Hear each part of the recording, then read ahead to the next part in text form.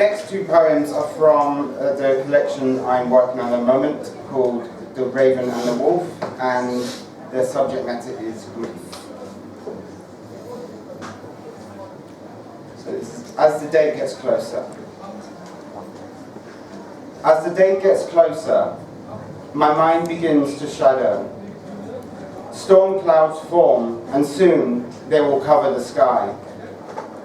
Shades of grey, maybe flecks of white, representing those tiny moments when something tricks my brain into thinking about something else. Minuscule dots of no colour, but no gaps revealing the sky. No warmth from the hidden sun. Clouds so deep and anonymous, their weight is transferred to my spine. Pushed closer to hell in a stoop that says, this sadness should not belong in someone so young. I am not young, however.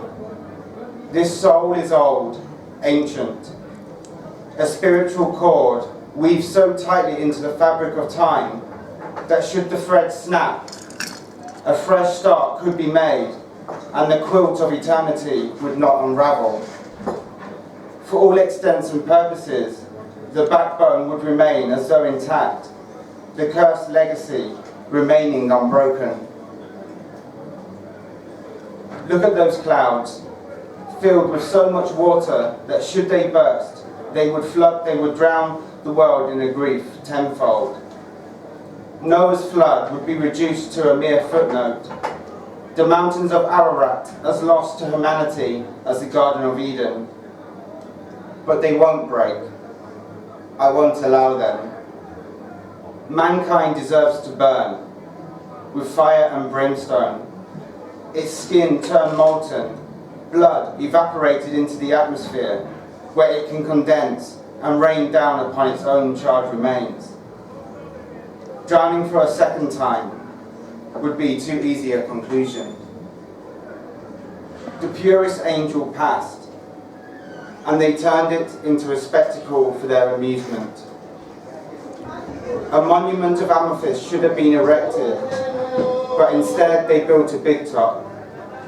I stood at its center, my feet covered in sawdust, exposed by the spotlight as though I was the main act. They all sat in their seats, popcorn and candy filling their mouths in a metachronal wave, an undulating, unbroken circle that prevented my exit.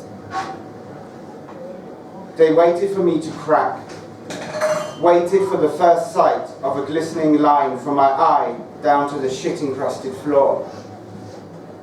You waited, but it never came. I denied you. You've never let me forget. I wasn't the main attraction. That was enacted just to my left. You denied it of its witness.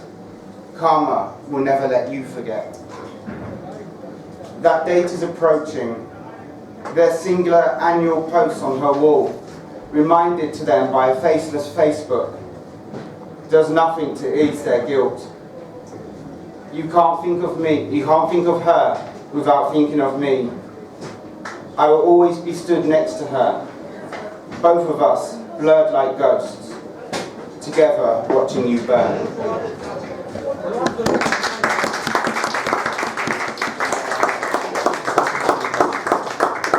Now my final one. This is called How Would You Like Me to Remember You?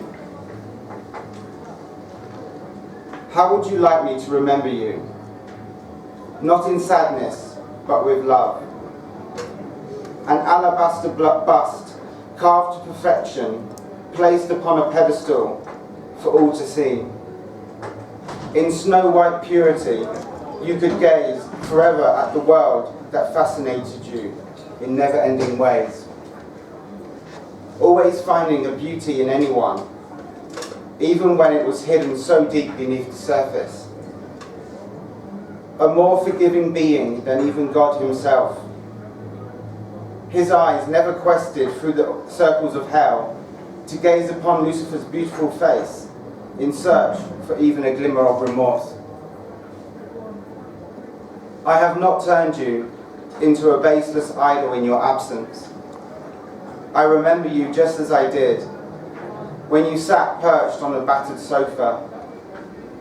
From my corner on the floor, even the decrepitude of my sanctuary couldn't make you appear any less selfless than you were. You weren't perfect, but to me, you were a perfect example that there existed some hope, that humanity could be found in one place, not spread throughout multiple faces of people with multiple faces. How should I remember you? As my soulmate, the yang to my yin, te yin and te yang. Place half of my moon next to half of your sun to create the never-ending circle of life. A memory. Me stumbling down the stairs of a club, you walking up them. Baggie in hand, I ask you to cover me as I stick a note in and inhale energy into my body. I turn to say thank you, but find your finger in my mouth, rubbing MDMA into my gums. What better image of a decadence could I ask for? You scarred my soul, my beloved magpie. We were two for joy, I am one for sorrow. That is how I'll remember you, my dearest tree. Tears of happiness, smiles of despair.